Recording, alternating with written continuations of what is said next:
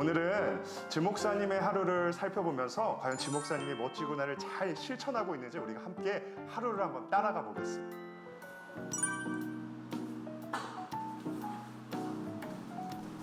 네, 안녕하세요. 수고하십시오. 기도하고 말씀 보고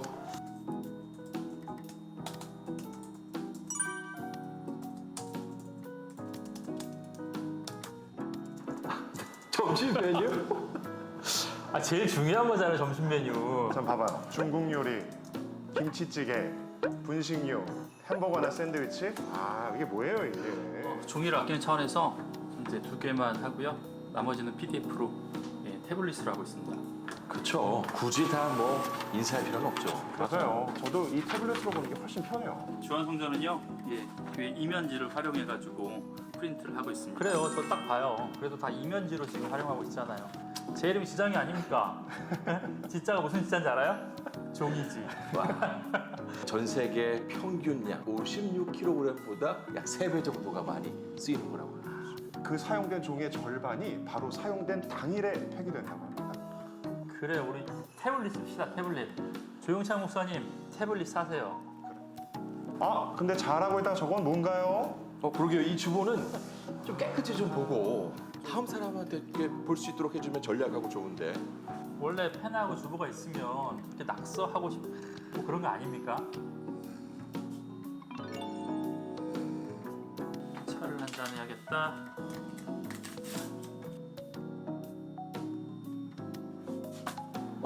저거 뭐죠 저거? 저거요, 저 티백은 일반 쓰레기 아니에요? 티백 꼬다리 그거 분리배출해야 되는 건데 그거. 안 돼. 이우 목사님 다시 불러야겠어요. 요것도? 아니 그렇게 버리면 맞지. 저것도 분리배출하는 거구나. 이제 알았네. 분리한다. 주한교회 멋지구나 캠페인 9월 미션은 종이 절약하기입니다. 종이는 금이다. 지금. 지금 함께해요.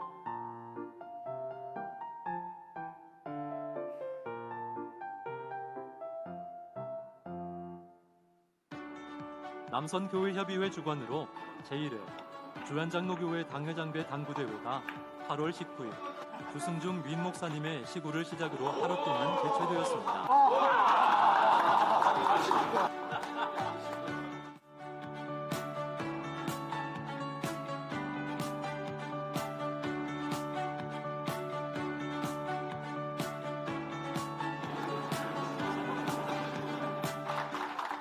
목사님께서는 남선교회협의회 회원들의 헌신과 수고를 격려하시며 넉넉한 후원금을 주시고 또 행운권 추첨을 통하여 참여한 모든 회원들과 즐거운 시간을 함께 해주셨습니다. 11번.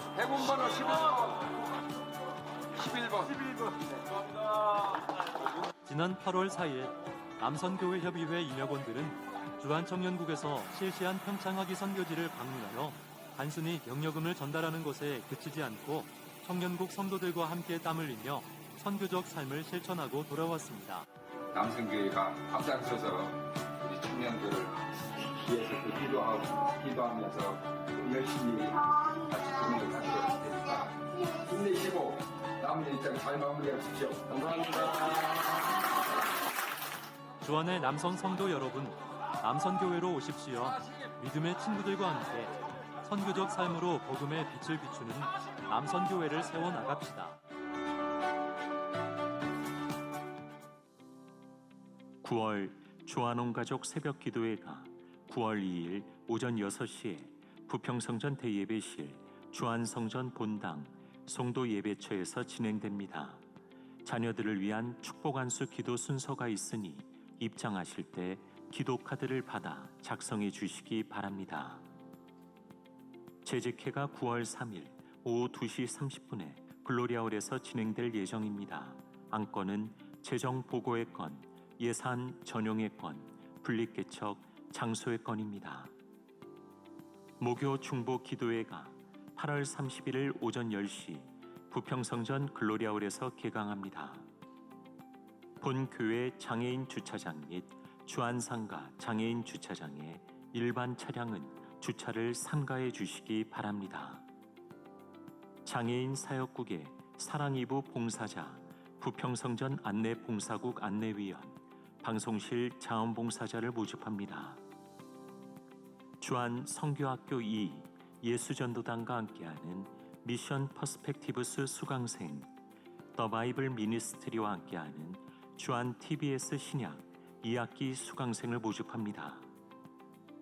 경제적 침체 속에서 어려움을 겪고 있는 성도들의 사업장을 돕기 위해 실업인 성교회에서 성도들의 사업장에서 판매하는 한가위 추석 명절 선물 세트를 홍보하고자 합니다. 참여를 원하시는 성도들은 주보 7면을 확인하여 주십시오. 코로나19로 멈추었던 수요 저녁 예배가 이름과 형식을 바꾸어 수요 성경 공부로 9월 6일 수요일 저녁 7시 30분부터 부평성전과 주안성전에서 새롭게 시작됩니다. 말씀의 은혜를 기대하시는 모든 성도들을 초대합니다.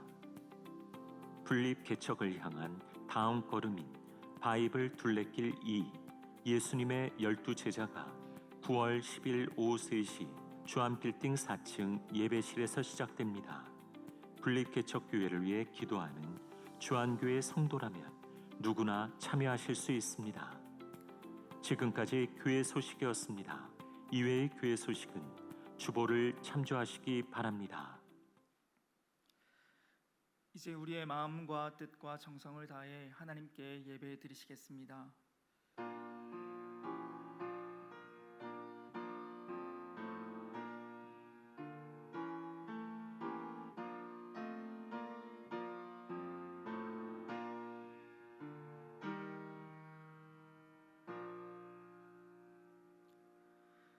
사랑과 은혜가 풍성하신 하나님, 이 시간 하나님께만 영광을 돌리기 위하여 예배하는 주의 백성들을 기억하여 주시고 주의 넓으신 품에 이 시간 한 사람 한 사람 품어 안아 주시옵소서.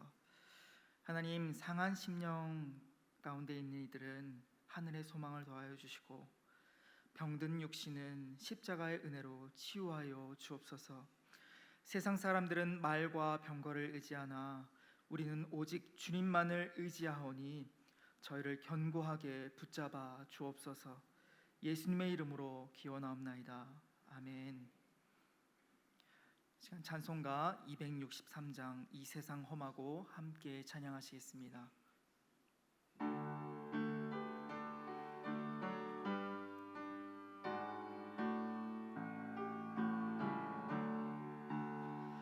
이 세상 험하고 나 비록 약하나 늘 기도 힘쓰면 큰 권능 얻겠네. 주의 은혜로 대속받아서 비와 같이 붉은 죄는 같이 이겠네. 주님의 권능은 한없이 크오니 돌 같은 내 마음 곧 녹여 주소서. 주의 은혜로 대속받아서 비와 같이 붉은 죄는 같이 이겠네. 내 마음이 약하여 늘 넘어지오니 주 예수 임주사 굳세게 하소서. 주의 은혜로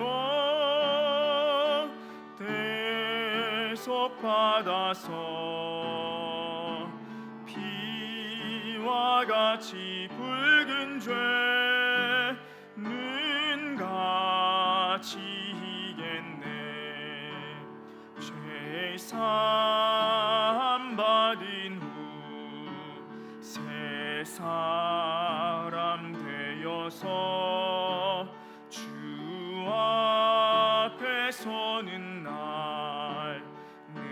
주를 찬송하겠네. 주의 은혜로 대속받아서 비와 같이 붉은 죄는 같이 이겠네.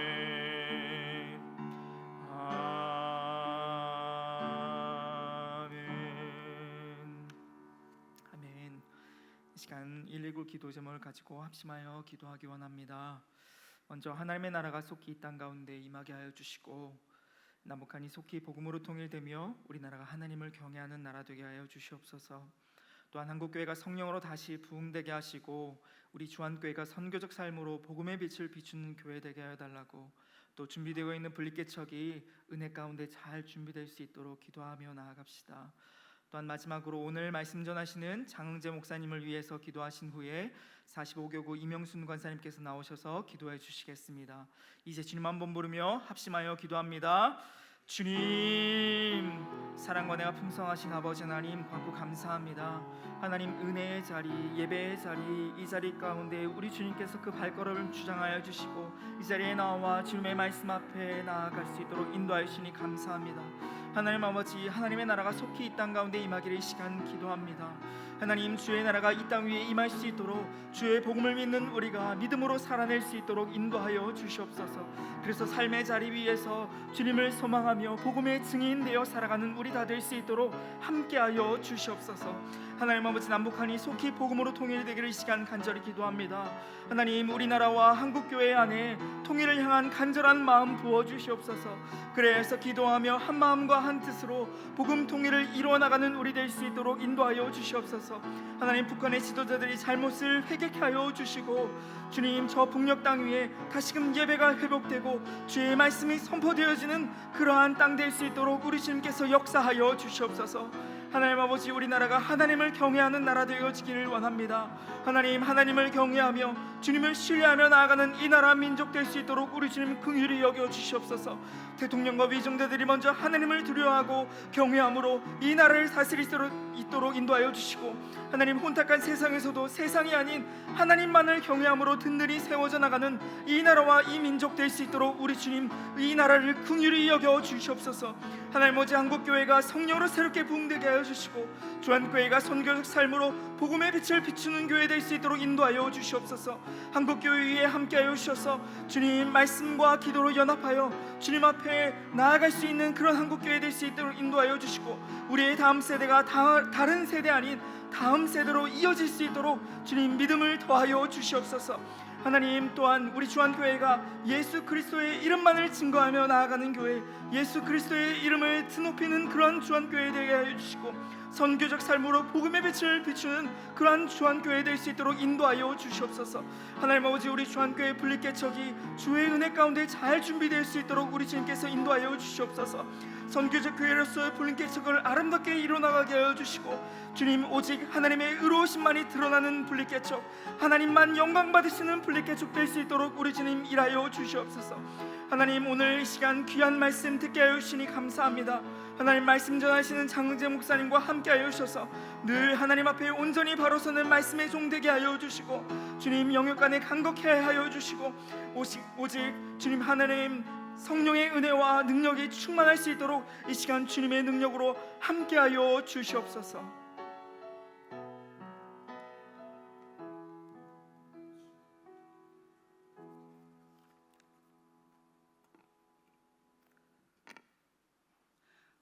우리를 지으시고 우리를 부르신 하나님, 오늘 수요 예배로 성전에 나와 하나님께 드리는 성도들의 예배를 기쁘게 받아 주시옵소서. 이 시간 우리의 모든 죄를 하나님께 고백하며 회개할 수 있도록 하여 주시고 우리의 마음 문을 열게 하시고 그로 말미암아 우리를 모든 불의에서 깨끗하게 하시는 놀라우신 하나님의 사랑과 은혜를 누리는 우리 모두가 되게 하옵소서. 하나님, 하나님의 나라가 이 땅에 임하게 하옵소서. 전쟁과 기근, 분열과 기상이변으로 고통받고 있는 땅에 하나님께서 위로와 평강을 주셔서 그들의 아픔을 치유하여 주시고 평화와 회복이 일어나는 진정한 하나님의 나라가 임하게 하옵소서. 남북한이 복음으로 통일되게 하옵소서. 북한 정권으로 인하여 얼어붙은 그 땅에 하나님의 구원의 햇살을 비추사 복음이 들어가게 하시며 그곳에서 하나님을 찬양하고 예배하는 날이 속히 오게 하옵소서. 그 땅에 필요한 물자를 공급하여 주셔서 살 길을 열어주시고 그들을 위한 우리의 기도가 끊이지 않도록 도와주시옵소서. 우리나라가 하나님을 경외하는 나라가 되게 하옵소서. 인권이라는 이름하에 하나님의 창조 섭리를 무너뜨리는 악법이 세워지지 않게 하시고 사람을 세우고 살리는 생명의 성령의 법으로 이 나라가 바로 서게 하옵소서. 어그러지고 거스르는 이 세대를 본받지 말고 하나님의 율례와 규례를 지켜나가는 하나님의 자녀된 자로 살게 하시고 그것이 이 나라와 민족을 살리는 길임을 많은 사람들이 깨달아 알게 하옵소서. 하나님, 한국교회가 성령으로 새롭게 부흥되게 하옵소서. 한국교회에 대한 불신에 억눌리지 말고 교회여 일어나라 하시는 하나님의 말씀을 듣고 그 말씀에 힘을 내어 한국교회 성도들이 하나가 되어 세상을 이기고 세상을 이끌어가는 빛의 역할을 감당하도록 도와주시옵소서. 또한 우리 주안교회가 선교적 삶으로 복음의 빛을 비추는 교회가 되게 하옵소서. 주안의 모든 성도들이 모이는 성전 예배와 삶으로 드리는 예배 가운데 풍성한 하나님의 은혜와 사랑을 경험하여 그것이 선교적 삶으로 이어지게 하옵소서. 주안 교육국과 다음 세대들이 지난 여름 성경학교와 수련회, 학위 선교와 비전 트립 등 많은 활동을 통하여 믿음을 더욱 성장하게 하셨사오니 이 믿음을 발판으로 삼아 다음 세대들이 우리 교회를 이끌어가는 주역이 되게 하시고 끊임없이 부흥되는 원동력이 되게 하옵소서. 우리 교회의 분립개척을 통하여 하나님의 뜻과 비전을 이루어가며 복음의 지경을 넓혀 나가는 교회가 되게 하옵소서. 원로 목사님과 위임 목사님의 신원의 강건함과 성령 충만을 주시고 부목사님들에게도 그 사역과 가정에 하나님의 역사가 날마다 나타나게 하옵소서. 오늘 말씀 전하시는 장흥재 목사님에게 성령의 기름 부으심으로 말미암아 담대히 말씀을 전하시며 말씀의 능력을 더하여 주시고 우리에게는 하나님의 음성으로 들려지게 하사 우리의 삶을 변화시키는 말씀이 되게 하옵소서. 우리의 선한 목자가 되시는 예수님의 이름으로 기도합니다. 아멘.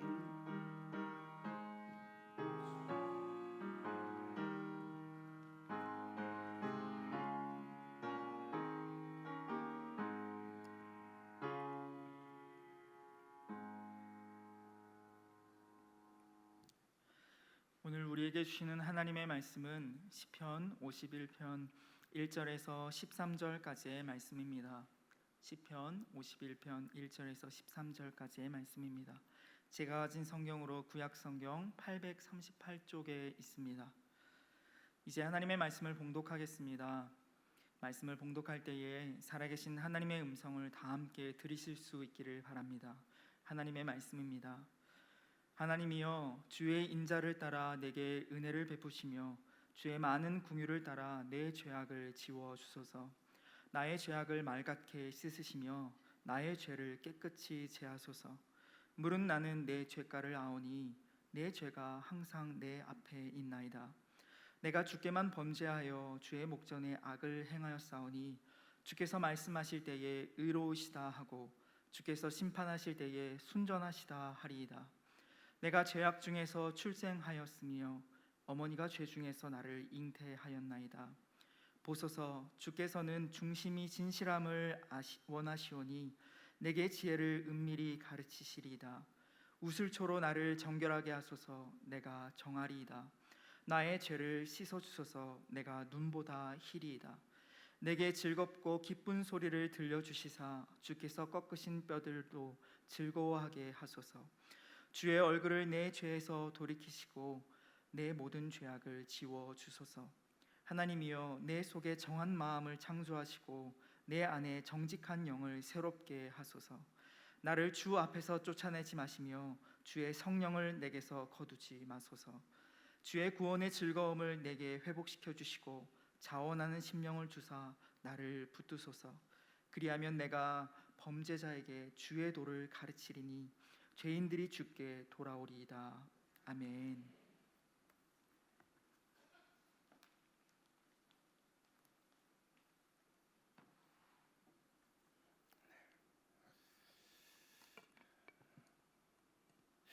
잠시 기도하겠습니다. 살아계신 하나님 아버지 감사합니다. 하나님, 우리에게 또 귀한 날 허락하여 주셔서 말씀 듣게 하여 주시니 감사합니다. 이 자리 가운데 전하는 자나 듣는 자 모두 주님의 은혜 가운데 거하게 하여 주시옵시고, 성령님께서 우리 이 자리 가운데 함께 계신 줄 믿습니다. 주님만 영광 받을 수 있는 이 시간 되게 하여 주시옵소서. 이 모든 영광을 주님께 올려드리며 살아계신 예수님의 이름으로 기도드리옵나이다. 아멘. 할렐루야. 네, 오늘 또 예배 가운데 나오신 모든 주님의 자녀들, 그 삶 가운데 주님의 은혜가 충만하길 주님의 이름으로 축복합니다. 네, 오늘은 우리 시편 51편의 말씀을 가지고, 그리고 다윗의 삶 전체의 모습을 우리가 살펴보면서 하나님께서 우리가 어떤 모습으로 살아가기를 원하시는지 주님의 음성을 한번 같이 듣기를 원합니다. 저에게는 계절이 변할 때마다 이 계절이 변하고 있음을 알려주는 정말 신기한 것이 하나를 가지고 있습니다. 이게 어찌나 정확한지 정말 틀리지도 않고요. 정말 정밀한 기계보다 훨씬 더 정확한 것 같습니다. 절대 고장도 안 나고요. 계절이 변할 때마다 이 계절이 변하고 있다고 저에게 정확하게 알려주고 있습니다. 그게 무엇일까요? 그게 바로 제 코입니다. 그렇습니다. 제 코는요, 제가 가진 어떤 것보다 이 계절의 변화를 확실하게 알려주고 있습니다. 올 여름 정말 덥지 않으셨습니까? 너무 더웠잖아요. 그래서 이 여름 때마다 도대체 이 더위가 언제쯤 가실까, 이 더위가 언제쯤 지나갈까 생각했는데 8월 한 중순 좀 지나자마자 이 새벽에 일어났는데 갑자기 코가 간질간질해지면서 기침을 하기 시작하더라고요. 이제 그러면서 생각했습니다. 이제 여름이 이제 조금씩 가기 시작했구나. 이제 곧 계절이 바뀌겠구나. 곧 가을이 오겠구나라고 생각을 하게 되었습니다. 그리고 계속해서 기침을 하면서, 그리고 코를 훔치면서 이 새벽 기도를 나왔던 기억이 납니다. 제 코는요, 단 한 번도 거짓말을 해본 적이 없습니다. 때가 되면 기침을 하고요, 머지않아 이 새로운 계절이 오게 되는 것을 알 수 있습니다. 도저히 가시지 않을 것, 도저히 오지 않을 것 같은 것도 시간이 지나면 오게 되는 것 같습니다. 하루하루 지나고 있음을 주님 앞에서 기억하시면서 그 하루하루를 주님께 올려드리며 감사로 나아가는 저와 여러분이 되길 바랍니다. 네. 그렇다면 이렇게 계절을 알려주는 코가 있어서 저는 참 감사할까요? 아니요. 저는요, 한 번도 코야, 이 계절을 알려줘서 너무 고마워. 이게 때마다 시절마다 이 계절 나에게 알려줘서도 참 고맙구나라고 이야기한 적이 단 한 번도 없습니다. 언젠가는 한번 이 기침을 하면서 이 코를 훔치면서 도대체 이거 언제쯤 끝나려나, 이거 언제쯤 그치려나 하는데 평생 안고 가야 될 것 같은 생각이 들면서 이것이 나의 연약함이구나. 하나님께서 나의 주신 연약함이니 내가 연약함을 알고 주님께 더 기도하며 나아가겠다라는 마음을 가진 적은 있습니다. 그런데 이런 육체적인 연약함으로 인하여서 우리 모두 다, 저는 코에게 나타나고 있지만, 코로 통해서 나타나고 있지만요, 우리 모두 다 이런 육체적인 연약함으로 인해서 나타나는 그런 모습들이 각자 하나씩은 다 있기 마련입니다. 그리고 이렇듯 우리 육체의 연약함은요, 우리가 얼마나 연약한 존재인지, 그리고 우리가 하나님 앞에서 얼마나 겸손해야만 하는 존재인지 알려주는 귀한 신호이기도 합니다. 그런데 이런 통증과 같이 우리의 몸의 연약함을 알려주는 것이 우리의 육체의 모습이라고 한다면요, 그렇다면 우리의 영은 어떨까요? 우리의 영적인 연약함을 드러내는 것은 어떠한 모습으로 우리 삶 가운데 나타나게 될 거예요? 저는 말씀을 묵상하면서 우리의 영적인 연약함은 다른 것이 아니라 죄의 모습으로 우리 삶 가운데 나타나고 있는구나라는 것을 생각해 보게 되었습니다. 우리의 육이 연약할 때 통증으로 나타나듯이 우리 영적으로 연약할 때 우리 삶 가운데 죄악의 도사라는 것을 잘 볼 수 있기 때문이다. 그리고 사단이 그것을 호시탐탐 노리고 있습니다. 언제쯤 우리의 영이 연약해졌느냐, 그 틈을 노려서 우리가 죄악에 그리고 하나님으로부터 멀리 떨어지게끔 그 사단이 소시탐탐 우리의 삶을 노리고 있기 때문입니다. 오늘은 이러한 모습, 우리의 영의 모습을 한번 집중하면서 특별히 우리 시편 51편의 말씀에 집중하여서 이 다윗의 삶을 한번 넓게 바라보면서 우리가 죄악 앞에서 하나님 앞에 어떻게 나아가야 되는지 한번 기도하면서 살펴보고자 합니다. 우리가 함께 읽은 시편 51편의 말씀은요, 우리가 앞에 그 화면에서 보았듯이요, 그리고 우리 성경책에서 보았듯이 이 시편에는 제목이 있습니다. 이 제목을 한번 같이 한번 읽어볼까요? 다윗의 시로 시작합니다. 우리 한번 같이 한번 읽어볼게요. 시작.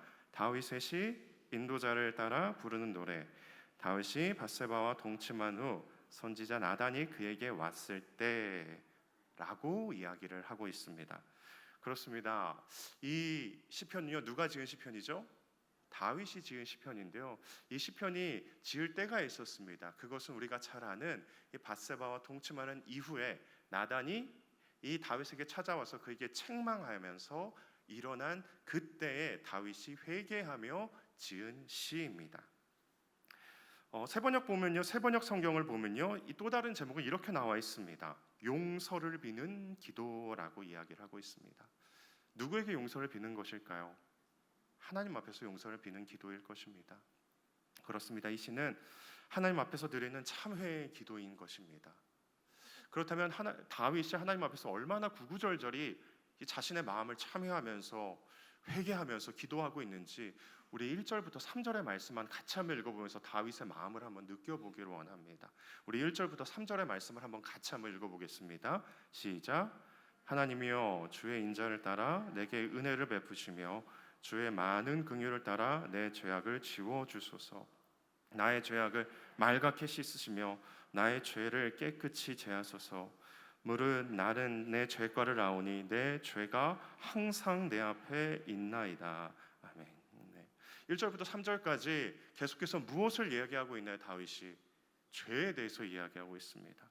내 죄악을 지워주소서. 내 죄악을 말갛게 씻어주시고 내 죄를 깨끗게 씻어주시고 내 죄를 내가 알고 있습니다. 내 죄가 내 앞에 항상 있습니다라고 얘기하면서 다윗이 자신이 지은 죄에 대해서 뼈저리게 주님 앞에서 회개하고 있는 것입니다. 기도 가운데 다윗은 자신의 상황, 자신이 지은 그 죄를 바라보면서 하나님 앞에서 회개하고 있는 것입니다. 그 죄는 무엇입니까? 우리가 잘 알고 있는 내용입니다. 밧세바와 동침을 하고 그리고 그것을 넘어서서 그의 남편이었던 우리아를 전쟁 최전선에 내보내면서 우리아를 죽이게 하는 그 죄악을 지은 것이었습니다. 다윗의 이 죄악은요, 너무나도 중요한, 너무나도 악한 범죄였습니다. 그런데 우리는 또 기억해야 될 것이 하나 있는데요. 다윗은요, 이 죄악을 지으면서 자신이 죄를 범하고 있었다고 생각하고 있었을까요? 아니요, 모르고 있었습니다. 그렇다면요, 우리아를 그 전선에 보내지 않았을 것입니다. 내가 하나님 앞에서 범죄를 지르고 있다는 것을 알면서도 그 죄를 행하고 있는 다윗을 절대로 아니었을 것입니다. 그런데 그가 죄악을 언제 깨달았느냐? 나단이 그에게 왔을 때, 나단이 그에게 여러 이야기를 해주면서 그것이 다윗 당신입니다 라고 이야기했을 때 비로소 다윗이 그것이 하나님 앞에서 죄악이구나 라고 깨달으며 이것을 회개하면서 주님 앞에 마음을 쏟아놓고 있는 것입니다. 다윗은 자신의 죄를 회개하면서 주님께 애통하는 마음으로 그 기도를 드리고 있는 것입니다. 나를 주님 앞에서 쫓아내지 마시옵소서, 주님의 성령은 제발 거두지 마시옵소서 라고 기도하고 있는 것입니다. 내가 모든 것을 주님께 드리겠습니다라고 다시 한번 주님께 기도하고 있는 것입니다. 그렇다면 하나님께서는 이 다윗의 회개, 이 용서를 비는 기도를 들어주셨을까요? 들어주셨습니다. 당연히 받아주셨습니다. 하나님께서는요, 분명 회개하는 자에게 그 회개하는 마음, 그 모든 죄를 용서해 주시고 받아주신다고 약속하셨기에 다윗의 회개도 분명히 받아주셨을 것입니다. 그렇게 우리가 지은 모든 죄악도 하나님 앞에 다 내려놓고 회개하는 마음으로 나아갈 때 주님께서 그 모든 죄악을 받아주실 것입니다. 그렇게 우리에게 주님 앞에 숨길 것이 아무것도 없습니다. 하나님께서 말씀하여 주실 때 하나님, 내가 죄인입니다. 내가 주님 앞에 죄악을 저질렀습니다. 내가 주님께만 범죄하였습니다 라고 이야기하셨을 때 주님께서 우리 모두를 주님의 너른 품 안에서 받아주실 줄 믿습니다. 오늘 이 말씀은요, 다윗이 주님 앞에 회개의 자리로 나아갈 때 주님께서 받아주신다는 그 회개의 내용을 분명히 우리에게 이야기해주고 있습니다. 회개하는 다윗의 모습을 보면서 우리의 모든 죄를 가지고 주님께 나아가야 된다는 얘기 분명히 이 모습을 통해서 우리는 알 수 있습니다. 그런데 저는 오늘 이 말씀을 묵상하면서 조금 더 이 회개에 넘어서 그리고 이 다윗의 삶 전체의 모습을 바라보기를 원합니다. 시편 51편의 말씀을 계속해서 묵상하면서 하나님께서 제가 주시는 마음은, 그리고 이전에 들었던 설교를 통해서, 이전에 들어봤던 말씀을 통해서 주시는 말씀은 이게 끝이 아니다. 이게 끝이 아니다. 이 그 너머에 무언가가 있다는 말씀을 계속해서 제게 보여주시고 있었습니다. 그렇게 오늘은 시편 51편 그 너머에, 회개 너머에는 과연 어떠한 일이 이 다윗에게 벌어지고 있는지 그 모습을 살펴보면서 우리가 도대체 죄악을 어떤 모습으로 대해야 되는지 다시금 살펴보았으면 좋겠습니다. 죄는요, 반드시 흔적을 남깁니다. 따라해 볼까요? 죄는 반드시 흔적을 남깁니다. 그렇습니다. 죄는요, 반드시 흔적을 남깁니다. 그것이 다른 사람은 알 수 없을지라도 우리 삶 가운데, 그리고 내가 알지 못하는 엄청난 흔적을 남길 때도 있습니다. 그렇기에 죄는 반드시 흔적을 남기게 되는데 그것이 우리의 삶 가운데 어쩌면 벌의 형태로 오게 될 때가 참 많이 있습니다. 하지만 이 죄의 흔적, 이것을 우리가 깊이 묵상하면서 이 죄악이 우리 삶 가운데 얼마나 무서운가를 깊이 반드시 알아야 되는 것입니다. 그리고 그 모습이 우리가 생각하는 것보다 훨씬 더 큰 모습일 수 있다는 것을 우리는 기억해야 됩니다. 오늘 이 다윗의 모습을 조금 더 넓게 한번 보겠습니다. 다윗이 밧세바를 범하고 그의 남편 우리아를 죽인 사건을 통하여서 죄악을 범한 다윗은요, 나단을 통해서 책망을 받게 됩니다. 그런데 주님 앞에서 이 죄악을 모두 회개하였지만 그럼에도 불구하고 이 사건으로 인하여서 그 삶 가운데 많은 변화가 일어나는 것을 성경은 말해주고 있습니다.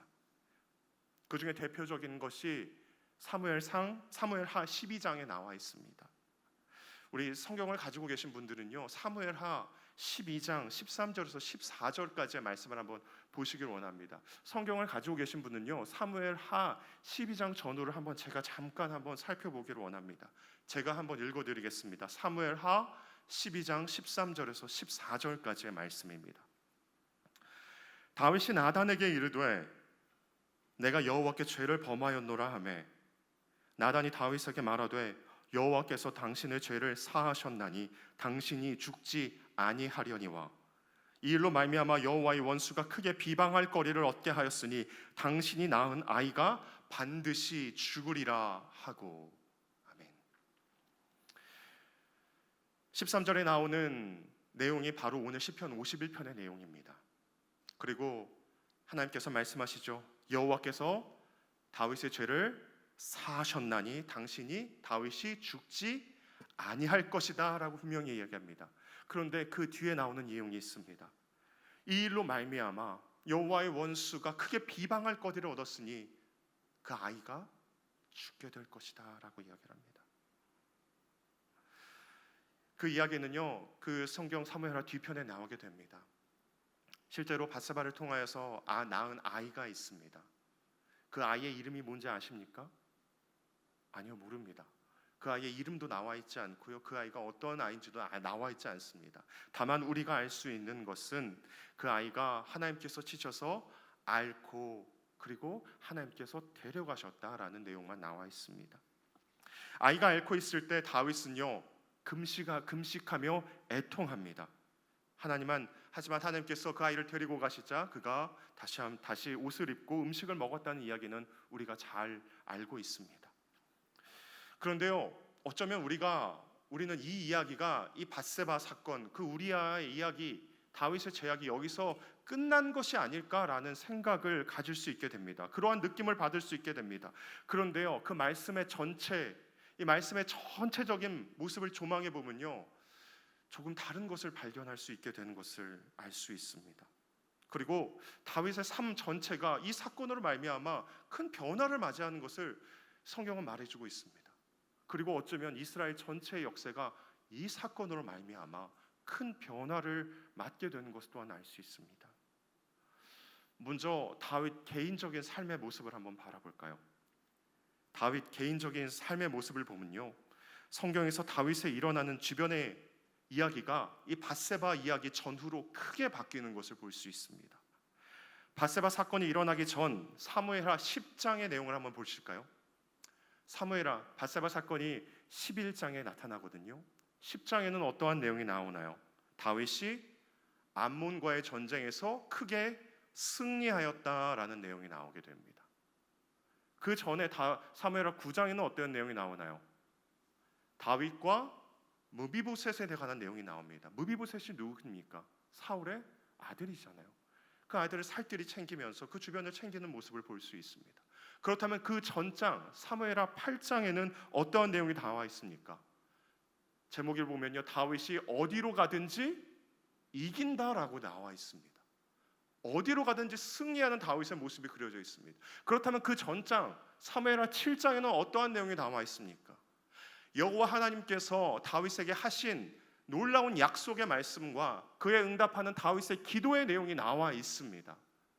밧세바 사건 이전에는요, 어디로 가든지 승리하고 그 주변을 살뜰히 챙기면서 그의 왕의 모습을 볼 수 있는 위대한 왕의 모습을 그리고 있는 다윗이었습니다. 그런데 이 밧세바 사건이 지난 이후에 사무엘하 13장의 모습을 한번 보시길 원합니다. 사무엘하 13장, 밧세바 사건이 모두 다 끝나고 다윗하 13장의 사건은요, 뭐 어떠한 내용이 나오나요? 암논과 다말의 사건이 나와 있습니다. 그리고 그 이후에 압살롬이 복수하는 일까지 벌어지죠. 근데 암논과 다말, 압살롬 누구인가요? 다 다윗의 자녀들입니다. 자녀들이 서로 여러 가지 안 좋은 일에 얽히면서 결국은 죽음까지 맞이하게 되는 엄청난 비극이 그 앞에 나타나게 되는 것입니다. 그 뒤에 이후에 14장 이후에는 다윗에게 어떠한 삶의 일이 벌어지게 되나요? 바로 압살롬이 반역하는 이야기가 나오게 됩니다. 그리고 결국에는 다윗이 그 성에서 쫓겨나서 도망가는 사건까지 벌어지게 됩니다. 물론 그 이후에 이 압살롬의 반역에 실패하게 되고 다윗은 다시 다윗성에 돌아오게 되지만요, 압살롬은 결국 또한 죽음을 맞이하게 되고 그의 아들, 그의 자녀들 가운데 비극적인 사건들이 그 이후에 벌어지게 되는 것을 볼 수 있습니다. 저는 이 다윗의 모습을 쭉 살펴보면서 뭔가 이상하다는 느낌이 들지 않으십니까? 하나님의 언약을 받은 그 다윗이, 늘 승승장구하던 그 다윗이, 어디로 가든 하나님의 그 언약을 가지고 승리하던 다윗이, 그 주변의 이웃을 살뜰히 챙겼던 그 왕의 모습을 가졌던 그 다윗이 밧세바 사건을 지나고 난 다음에 그의 삶 가운데는 참 어려운 상황들이 많이 나타나게 되는 것이 비단 우연히 일어나게 되는 일일까요? 확실한 것은 그 변화의 중심 가운데, 그 중간에 그 밧세바 사건이라는 그 죄악이 그 삶 가운데 있었다는 것이었습니다. 이번에는 다윗의 삶을 벗어나서 구약 전체로 한번 가보겠습니다. 다윗과 밧세바는 사건이 낳은 다음 처음 낳은 아이는 하나님께서 데려가셨습니다. 그런데 그 이후에 다윗과 밧세바 사위에서 한 아들이 나오게 됩니다. 그 아들의 이름이 바로 솔로몬입니다. 솔로몬 누구죠? 다윗을 이어서 이스라엘의 왕이 된 사람입니다. 저는 말씀을 보면서 한번 이러한 생각을 해보게 되었습니다. 다윗이 그 간음하는 사건을 저지르지 않았다면, 다윗이 그 우리아를 전쟁에 보내는 그 죄를 범하지 않았다면 과연 어떠한 일이 벌어졌을까? 물론 성경에는 만약은 없습니다. 만약은 없습니다. 근데 만약 다윗이 그 죄를 범하지 않았다면 과연 이스라엘 전체 역사 가운데는 어떠한 일이 벌어졌을까 한번 생각해 보았습니다. 한번 같이 한번 생각해 보십시오. 그렇게 되면요, 나단이 책망하는 일도 없었을 것입니다. 그 아이가, 죽은 아이가 태어날 일도 없었고요. 그리고 오늘 우리가 살펴본 솔로몬도 이 세상 가운데 나온 일이 없었을 것입니다. 태어나지 않았을 것입니다. 솔로몬이 태어나지 않았다면 이러한 일이 나타나지 않았을 것입니다. 솔로몬에 의해서 이스라엘 성전 건축과 그리고 왕궁이 지어지지 않았을 것입니다. 그리고 솔로몬이 지은 여러 가지 지혜의 말씀들이 있죠. 전도서와 잠언의 말씀들, 이러한 말씀들을 또한 우리가 볼 수 없었을 것입니다. 그리고 솔로몬이 없었다면 일어나지 않은 일들이 또 있습니다. 그것은 바로 이스라엘이 두 개로 분열되지 않았을 것이라는 것입니다. 더 나아가서 분열된 왕국이 저 바벨론에게 포로로 끌려가는 일도 없었을 것이라는 것입니다. 열왕기상 11장에 보면요, 솔로몬은 처음 마음을 끝까지 이어가지 못하고 솔로몬의 마음이 여호와를 떠나게 되는 것을 볼 수 있습니다. 솔로몬의 그 처음 마음이 끝까지 이어졌으면 참 좋았겠지만 불행히도 성경은 하나님의 마음이 솔로몬에게서 떠났고, 그리고 솔로몬이 하나님 앞에서 신상을 지으며 여러 가지 범죄를 지었다고 기록하고 있습니다. 그래야 하나님께서는요, 솔로몬의 마지막 때의 주변에 많은 대적을 세우게 됩니다. 그리고 결국 솔로몬의 신하였던 여로보암에게 10지파를 떼어주면서 북이스라엘이 세워지는 결과를 낳게 됩니다. 그렇다면 이 갈라진 두 나라, 북이스라엘과 남유다가 하나님을 정말로 잘 섬겼을까요? 그렇지 않습니다. 북이스라엘 가운데는요, 항상 나타나는 것이 있는데 그 왕들이 여로보암의 죄에서 떠나지 못하였다라고 이야기를 합니다. 그 말은 즉 항상 이방 신들을 섬기면서 하나님을 그 마음 가운데 섬기지 못했다라는 이야기인 것입니다. 단 한 명의 왕도, 이 북이스라엘 왕 가운데는 단 한 명의 왕도 하나님 마음에 합한 사람이 없었습니다. 남유다 르호보암 왕을 중심으로 해서 다윗의 자손으로 쭉 이어졌던 그 남유다의 왕 가운데서도 그럼 하나님 마음에 합한 왕들이 많이 있었을까요? 아니, 그렇지 못했습니다. 정말 하나님 마음에 합했던 왕들은요, 손에 꼽을 정도로 적은 왕들이었습니다. 그리고 나머지의 시간들은 하나님 앞에서 배반하면서 이방 신들을 섬기면서 하나님 마음을 아프게 했던 그 수많은 시간들을 우리는 성경을 통해서 볼 수 있게 된 것입니다. 그리고 결국에는 북이스라엘, 남유다는 모두 포로로 끌려가고 그 왕궁들이 망하게 되는 것을 우리는 말씀을 통해서 확인할 수 있게 되는 것입니다.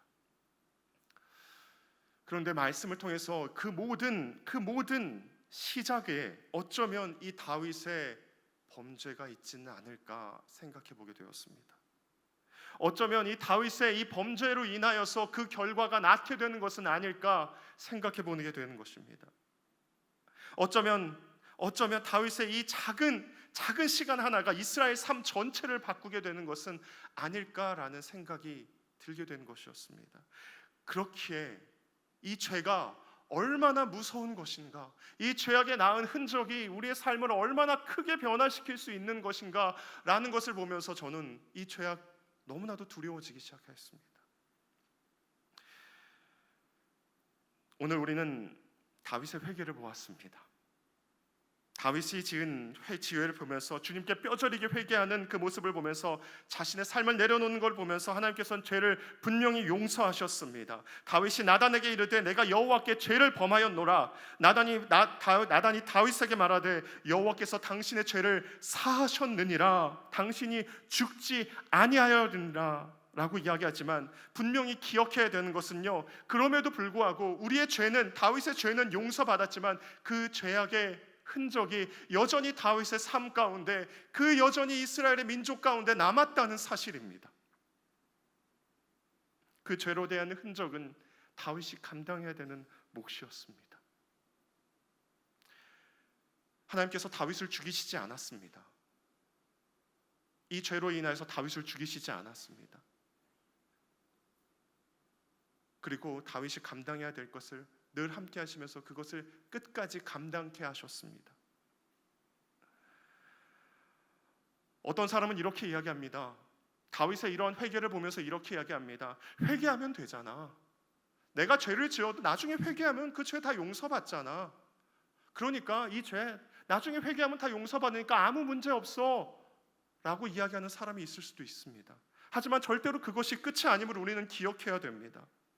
회개만 하면 나의 삶으로 인하여서 나의 모든 것이 자유로워질 수 있어 라고 하는 그 죄에 대한 안일한 생각이 우리의 삶을, 어쩌면 우리의 나라를, 우리의 모든 상황을 바꿀 수 있음을 우리는 두려워하며 죄를 대해야 될 것입니다.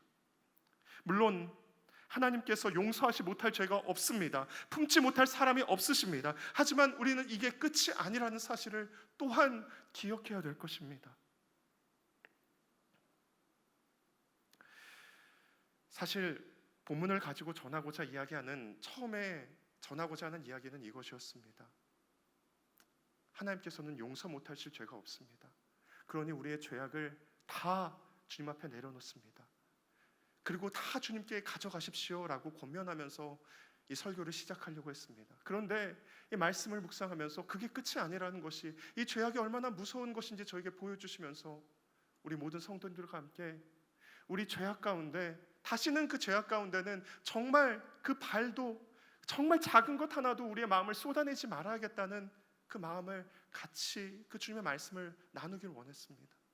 바라건대 우리 주변에 죄악된 것들이 얼마나 많이 있습니까? 그 가운데 정말 작은 것이라도 그 죄악 가운데 마음을 쏟지 마십시오. 죄악의 결과가, 죄악의 그 가져오는 흔적이 그 우리 삶 가운데 너무나 많은 것을 변화시킵니다. 우리는 회개받고 우리는 구원의 자리로 나아갈 수 있을 것입니다. 하지만 그 죄의 흔적이요 분명히 남게 됩니다. 분명히 우리 삶 가운데 남아있게 됩니다. 다윗의 삶에 그러할진데 우리도 항상 근신하며 항상 겸손 앞에 주님만 붙잡으며 나아가야지 그 죄악을 이길 수 있게 될 것입니다.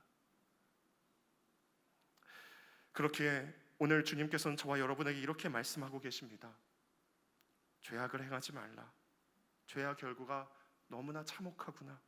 그러니 주님 앞에서, 그리고 모든 상황 가운데 죄 가운데 나아가지 말아라 라고 이야기하고 계십니다.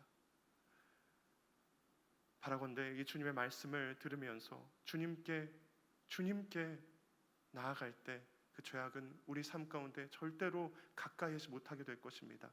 그 주님을 붙잡으며 죄악을 멀리하는 저와 여러분이 되기를 원합니다. 이제 말씀을 정리하고자 합니다.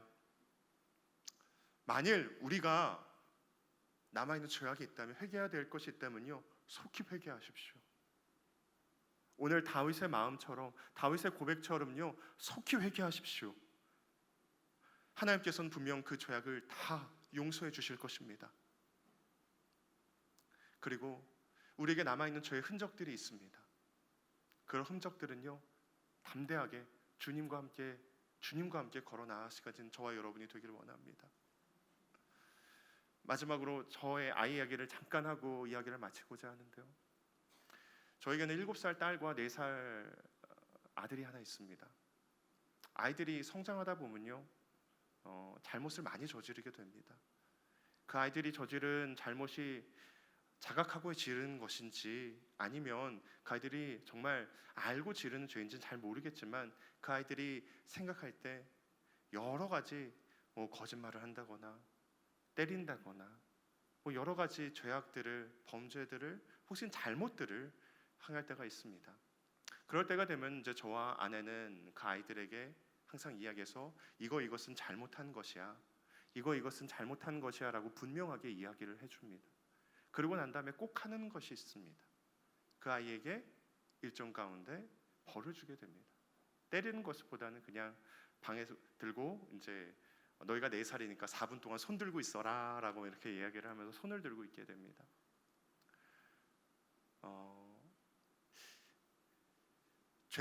잘못을 알려주는 것은요, 그것이 잘못이라는 것을 분명하게 알려주고 있는 그것이 잘못이고 반드시 그러한 다음 후과가 반드시 알려주어야 됩니다. 그런데 그 벌을 받는 모습을 보면서 제 마음 또한 너무나도 힘들더라고요. 그 아이가 손 들고 있는 모습을 보면서 저도 그 마음이 너무나도 불편하더라고요. 그 아이가 죄를 지어서 그 아이가 벌을 받는 건데 마음은 제가 훨씬 더 불편했습니다. 그리고 4분이 얼마나 너무나도 더디게 가는지 제 마음이 그 아이의 손을 들고 있는 것처럼 제 마음과 그리고 제 육체가 너무나도 불안하고 힘이 들었습니다. 하나님도 그러할 것입니다. 우리의 죄악으로 인하여서, 우리의 범죄함으로 인하여서, 우리가 그 흔적으로 인하여서 어쩔 수 없는 여러 가지 벌을 받게 될 때 하나님께서는 어디 가시지 않습니다. 그 가운데 누구보다도 더 마음 아파하시면서 우리와 함께 계시면서 그 험난한 시절을, 그 어려움을 우리와 함께 지고 가시는 것입니다. 그렇게 그 주님을 의지하면서, 그 주님을 신뢰하면서, 그 누구보다 사랑이 많으신 우리 주님을 신뢰하면서 나아가는 저와 여러분이 되기를 원합니다. 주님이 원하시는 것이 바로 이것입니다. 죄를 버리시고 생명을 택하십시오. 이것이 우리에게 생명을 살리고 그리고 우리의 자녀들, 우리의 모든 주변의 이웃들을 살리게 될 것입니다. 다시 돌아가는 우리의 삶 가운데 우리의 모든 것들을 다시 한번 돌아보시고 죄가 있다면 다 버리시고 주님을 택하는 저와 여러분이 되기를 주님의 이름으로 축원합니다. 함께 기도하겠습니다. 살아계신 하나님 아버지, 주님, 우리가 참 연약합니다. 그렇기 때문에 우리의 삶 가운데 드러나는 모든 죄악들의 모습이 있습니다. 하나님, 죄악의 결과가 너무나도 무섭습니다. 죄악의 결과가 우리 삶 가운데 맞닥뜨리게 하는 그 흔적들이 너무나도 무섭습니다. 하지만 그 모든 것을 아시는 주님, 아버지여, 우리가 모든 삶 가운데 죄악을 선택하지 않고 죄악을 범하지 않고 주님을 선택하며 나아갈 수 있는 주의 자녀들 되게 하여 주시옵소서. 그래하여 죄의 싹은 사망이라고 이야기하신 그 말씀을 기억하며 우리가 사망의 길을 택하는 것이 아니라 생명의 길로 나아갈 때 주님께서 우리의 삶을 이끌어 주실 줄 믿습니다. 여기에 있는 모든 주의 자녀들의 삶을 기억하여 주시고 그 걸음걸음을 내디딜 때마다 주의 놀라운 은혜와 사랑의 손길을 허락하여 주시옵소서. 이 모든 것을 주님 손에 올려드리며 살아계신 예수님의 이름으로 기도드리옵나이다. 아멘.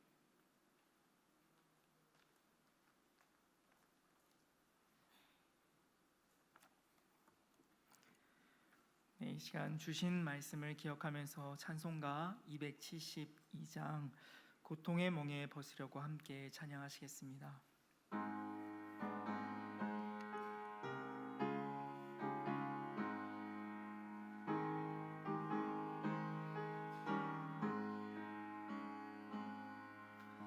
고통의 멍에 벗으려고 예수께로 나갑니다. 자유와 기쁨 베푸시는 주께로 갑니다. 병든 내 몸이 튼튼하고 빈궁한 삶이 부해지며 죄악을 벗어버리려고 주께로 갑니다. 낭패와 실망 당한 뒤에 예수께로 나갑니다. 십자가 은혜 받으려고 주께로 갑니다. 슬프던 마음 위로받고 이 생의 풍파 잔잔하며 영광의 찬송 부르려고 주께로 갑니다.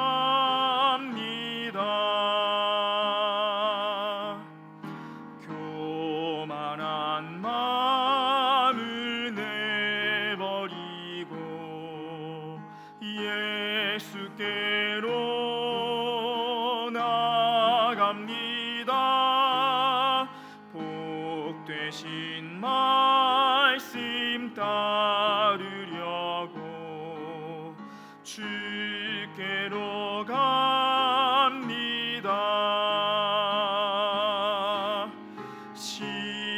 실망하니 몸 힘을 얻고 예수의 크신 사랑 받아 하늘의 기쁨 맛보려고 주께로 갑니다.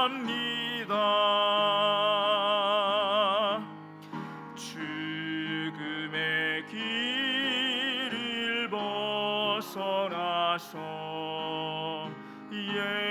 예수께로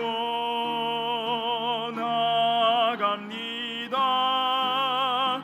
영원한 집을 바라보고 주께로 갑니다. 멸망의 포구해요 나와 평화의 나라 다다라서 영광의 주를 배우려고 주께로 갑니다.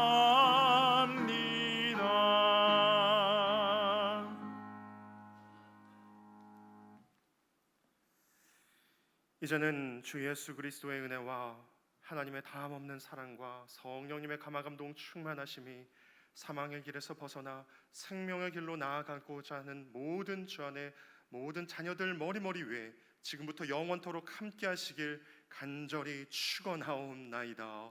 아멘.